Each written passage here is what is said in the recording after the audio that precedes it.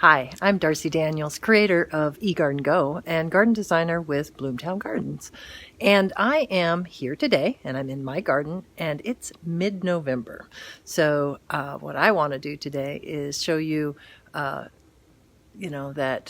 the garden goes on, and that even at this late point in the year, there's a lot of things that are still looking good. So join me and let's take a look around, and let me show you a few of my favorite plants that are still growing strong.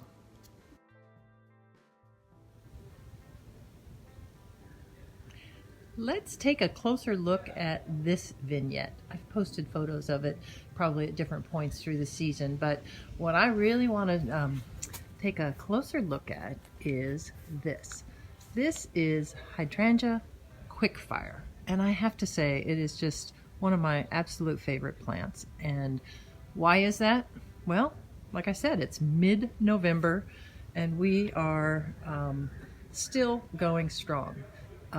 So this is a panicle hydrangea, and as I said, it's Hydrangea Paniculata Quickfire, and it's been blooming since mid-June. And you know, an interesting note about this plant is it's called Quickfire because it is among the first panicle hydrangeas to bloom. So and we've got a couple of features that I want to point out. I mean, one, earlier in the season, those stems, they really do read as red, so that's kind of cool. And then right now what we're looking at are the dried flower heads, which I find attractive, and they will remain on the shrub for quite a while. I mean, even after the foliage drops, we'll have bare stem with dried seed heads, which can actually provide some long-term interest in the garden. So that is a good look at Hydrangea Quickfire and why I love it. I mean, it is November, I think it's November 16th. Holy cow.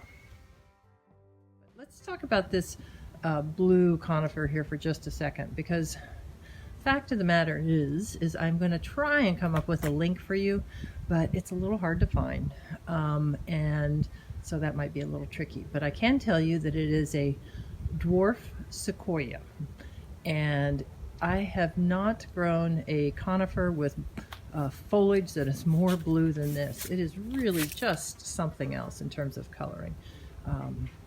I just love it. So I've had this here for quite a while, and I've been able to keep it compact by just pruning at it on a pretty regular basis, and it takes to that really well.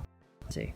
So the other kind of players down here that I think are looking good is, I'm a sucker for phormiums. So this is a strappy foliage is what its claim to fame is, so to speak. Looks fabulous in this blue pot, which plays very nicely with this with the conifer's foliage. Now the phormium, if we go in, we can look. I grow a lot of these in like containers, right? So that's just in a nursery container in that pot. And so during the very worst of the weather, I'll be able to take it in and protect it, because those are tender here in our Zone 8 garden here in Portland. Now on the very far end, that's a little boxwood ball that I've just kind of clipped it to have a nice shape that adds some structure year-round to this bed. So that's a dwarf boxwood that's been clipped into a nice little ball.